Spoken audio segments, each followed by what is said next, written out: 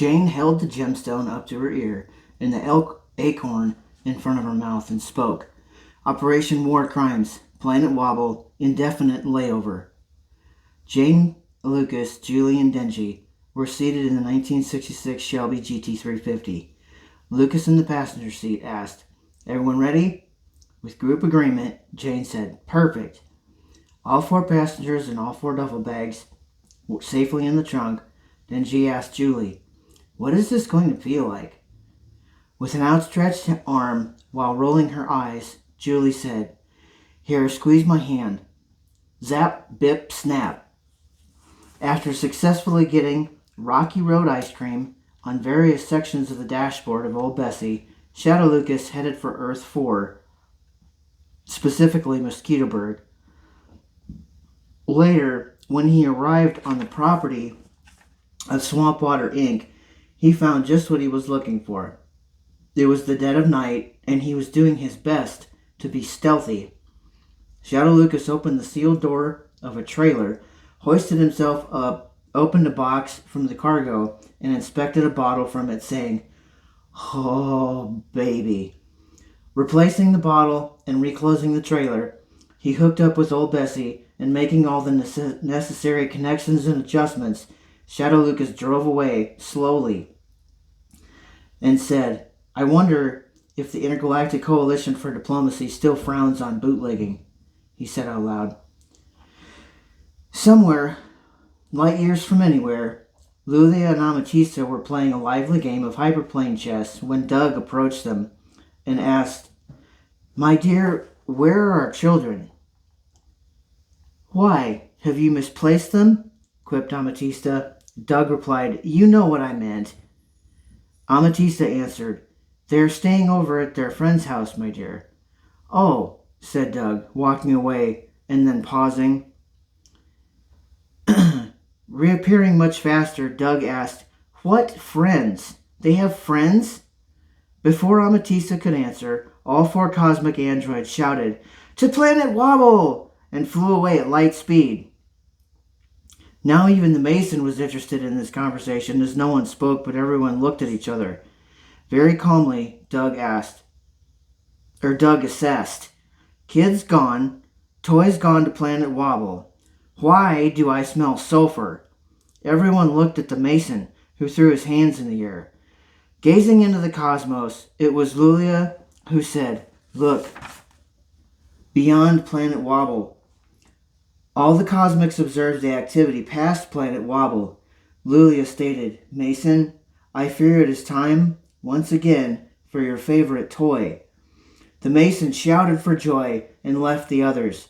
Amatista cupped Doug's face and said softly, "We must prepare for war." Stepping back and standing next to Lulia, Amatista and her sister changed forms with a thrumming of energy, followed by a warble pop sounds, and Doug was now looking at the equally beautiful and dangerous white and rainbow dragon Sarkany and dusty violet dragon Zmai. On planet Vulpus, inside the gates of Atro City, and in fact in the street in front of Jane's place, there was a great commotion, unlike any other sound the patrons had heard before. Toot, toot, toot! Shadow Lucas pulled the air horn on Old Bessie 3 times, and the street suddenly flooded with folks. Shadow Lucas set the brakes and killed the engine, and running to the back of the long rig, he threw open the doors and began giving away full bottles of swamp water to everyone, saying, "Free booze! There's a war at the end of the universe! Bring your cousins! Bring your dogs! Bring your mothers! Free booze! War at the end of the universe! Joe, you're going to sell so much Rocky Road at this thing!"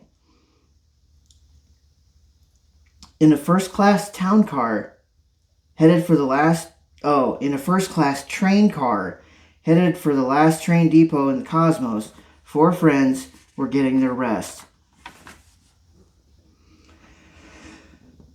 Zap, bip, snap. The 1966 Shelby appeared squarely and evenly in a parking stall in the guest lot at the last train depot in the cosmos.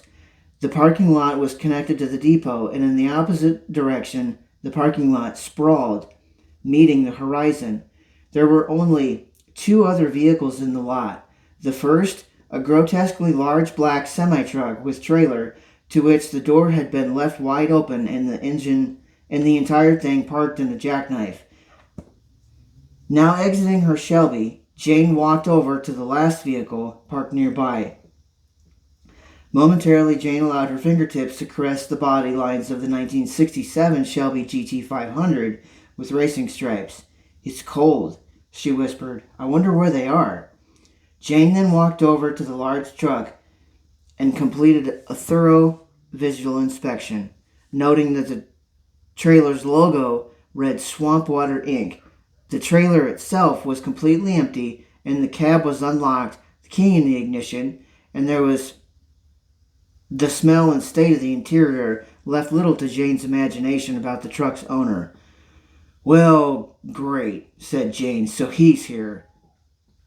Shadow Lucas was carrying a bowl, a spoon that was heaping with Rocky Road ice cream, while he was walking and looking down in an effort not to spill. He was walking through the 400-foot-tall rainbow toothbrush palm tree forest. Presently, he heard sounds of crackling and breathing, so he stood still, with his gaze still fixed at the downward angle, so as not to spill the rocky road. Two darkish green cyan bare feet and legs, then torso, came into his view. "Hi, Jane," said Shadow Lucas. "Hello, Lucas," said Shadow Jane. Shadow Lucas was still looking at an angle, so Shadow Jane used one index finger under his chin and lifting it, said, "Look at my face." "Of course," said Shadow Lucas. "My apologies." Shadow Jane stretched her arms high above her head and then let them fall slack at her sides and indicating downward with her eyes. Then locking eyes with Shadow Lucas, she said, "You know that I use that for hunting." "I'm sure," said Shadow Lucas. "You're a very excellent hunter." Shadow Jane unsheathed the excessively long hunting knife and held it very close to both of their faces, saying, "And this? I use this for hunting food." Shadow Lucas swallowed hard as he caught on to what she was just said and replied, "Speaking of food, I brought you something." Shadow Lucas placed a spoonful of Rocky Road in Shadow Jane's mouth and withdrew the spoon, waiting for her reaction. Shadow Jane's cold, stoic expression took only 6 seconds to melt away into one of giddy joy and even yielding eye-rolling laughter. Stepping toe boot tip with Shadow Lucas, Shadow Jane locked her hands behind his neck while still holding the hunting knife and pitched one leg up around his hip and whispered into his ear such that green vapors rolled from her lips, saying, "If you do that again, I will subject you to dire consequences." Shadow Lucas fed her a second bite of Rocky Road, and Shadow Jane reacted exactly as before, complete with eye-rolling laughter. Then, without warning, Shadow Jane wrapped her second leg around the back of his knees, and they collapsed onto the forest floor. Denji, Julie, Lucas, and Jane, each with a duffel bag, were walking up to the train depot while they saw a four-banded multicolor streak rip across the sky and land in front of them. Jane looked directly at Inferno and said, "Your punctuality has been recorded. Thank you." With a stoic face, Inferno said, "Your joke has been recorded. Thank you." Just then everyone heard click-clack, click-clack, click-clack, click-clack, pshh, toot, toot. A dark gray train capable of interstellar travel came to a stop in the last train depot in the cosmos. The engineer, a Wobble, signaled to the conductor, who was none other than Willie the Wobble, who began instructing and ushering all the passengers from their cars. Lucas and Jane stood close, holding hands, waiting for a sign of their girls or the Cosmics. Willie the Wobble took the door latch of the last car and shouted, "End of the line! Please watch your step." Presently the group of 12 now collected while jockeying for position around other passengers or Wobbles, and greetings were exchanged and embraces were given. When Lucas Green happened to be standing next to Felicity, he noticed her right arm and immediately spoke up, saying, "It is no longer shimmery or licorice scented." "No," said Felicity sheepishly, "it certainly is not." Smiling at each other, and moving on, they both went about greeting other people. Willie the Wobble, who had since traded his conductor's cap for a sun visor, began barking orders to follow the tour into the full 400-foot tall rainbow toothbrush palm tree forest.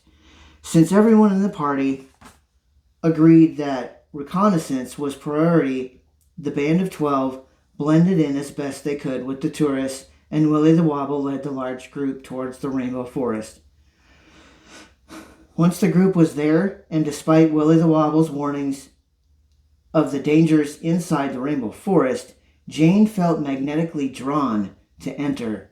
As Willie went on with much pomp and circumstance about the history of the rainbow forest, Jane slipped away and entered. Still following that feeling of attraction, Jane soon found herself at one particular tree in the fourth row, and ignoring impulse control, she placed her hands on the smooth, colorful tree. Without warning, her fingertips discovered a rough section, and so stooping, investigating further.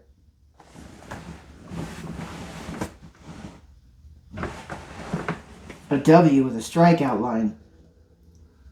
Jane pinched the webbing of her left hand where that mark resided long ago. With her face right next to the smoky, glowing green W, Jane whispered, "Who are you?" Green smoke rolled from the mark and made contact with Jane's lips. Immediately, Jane heard a woman's voice say, "Boo-hoo, I love him." Jane was shocked and fell backwards onto the forest floor as the W permanently lost its green glow. Unexpectedly, an open hand and a long black leather sleeve was in front of her face, and a raspy voice asked, "Are you okay?" Using her leg strength, Jane popped up and said, "Thank you, I am fine." "Why are your blonde spikes all matted down? Did you get in a fight?" Sarcastically, Shadow Lucas stated, "There were dire consequences to pay." "Still just as weird," said Jane.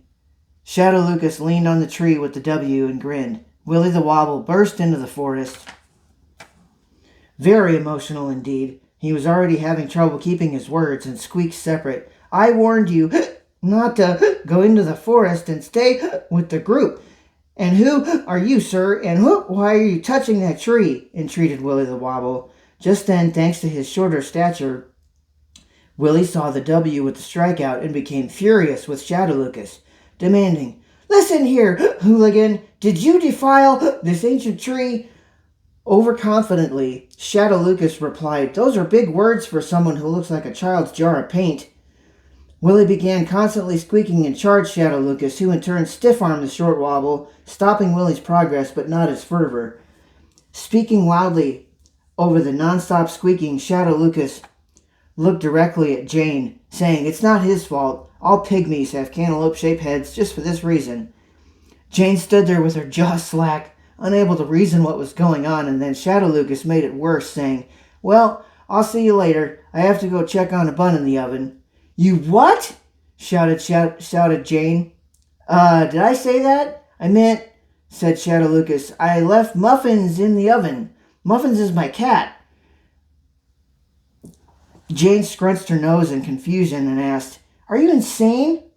"Well, yes," he said. "Oh, I see the problem. I'm baking muffins, and my cat is also named Muffins. No, I did not put my cat in the oven. I gotta go." With that, Shadow Lucas walked away deep into the rainbow forest. Jane attempted to help Willie the Wobble as best she could, but he was far too upset and dismissed the entire tour group. Jane's team of 12 decided to reconvene someplace that they could eat and strategize. Choosing the Wobble Diner because it was the only place close to both the depot and the forest, the large party headed inside. Being met with certain aromas, both familiar and satisfying, Felix commented, "This brings back memories." Julie quipped, "Memories of what? Your cooking or your stage show?" Emery, Emmeline, and the 4 androids were the only ones not laughing, either out of lack of interest or lack of context, or they were just an android. Observing that several tables and booths were occupied, Jane indicated to everyone to sit at the long bar counter, to which there was exactly 12 empty stools. A wobble wearing a greasy apron came from the kitchen and asked, I apologize, but since y'all are obviously from off planet, I have to ask you to be paying. There will be an 18% gratuity on parties of 8 or more. Thwip, thwap, thud, thwomp, clang! Julie had unloaded onto the counter currencies of Wobble, Vulpus, Earth, and also one solid gold bar. Are we good?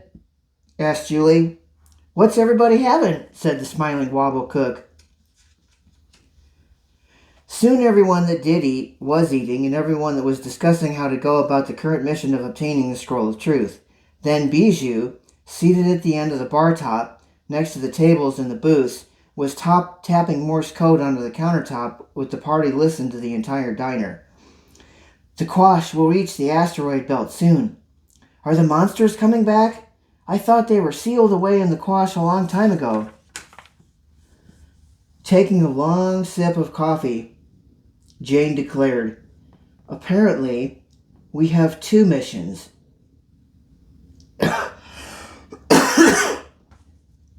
Everyone soon finished eating, and as Julie settled the bill with the cook, Jane said, meeting outside in 10.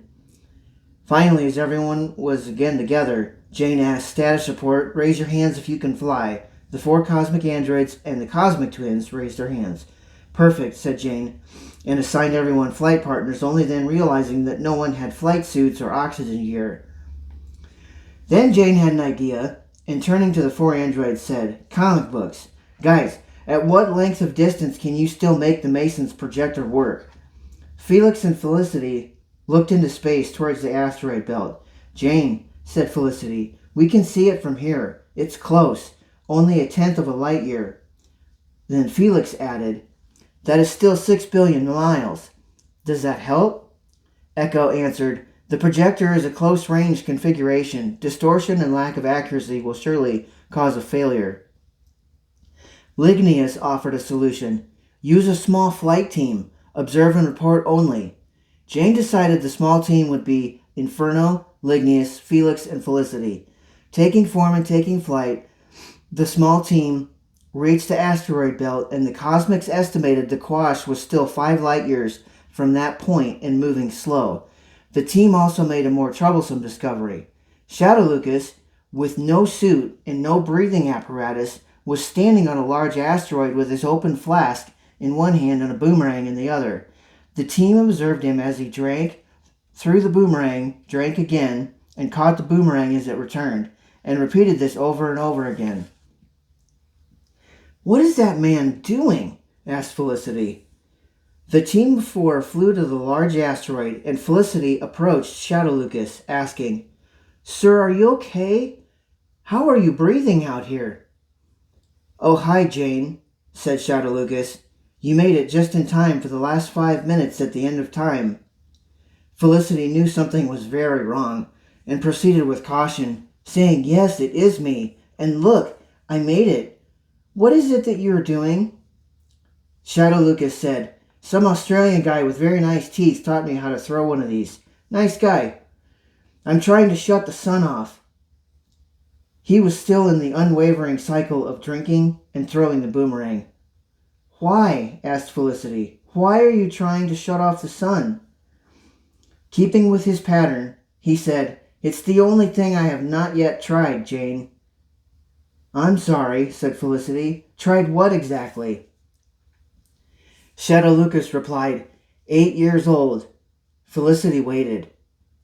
8 years old, he said. I have caused so much wrong and broken so many things, and I have been up and down and inside out of this entire timeline, and all I do is make things not go better, and I've tried everything else, so I figured I would try shutting off the sun. Felicity was silent, as Shadow Lucas began again, and the Quash is for me. I know it. Jane, I have been through this timeline. I literally feel like a shadow. I don't know if I can exist anymore. Felicity approached and quickly discovered that he was not a physical form, but rather more like a hologram. I did learn something, though, Jane, he said. The Quash is not linear. It's a Mobius strip. We're just too close to it and we can't see it. The team of 4 landed back on Planet Wobble after flying and told the rest of the team, "Emergency meeting." Felix and Felicity relayed every word of the conversation with the hologram of Shadow Lucas on the asteroid belt, as well as his deeply unsettling behavior.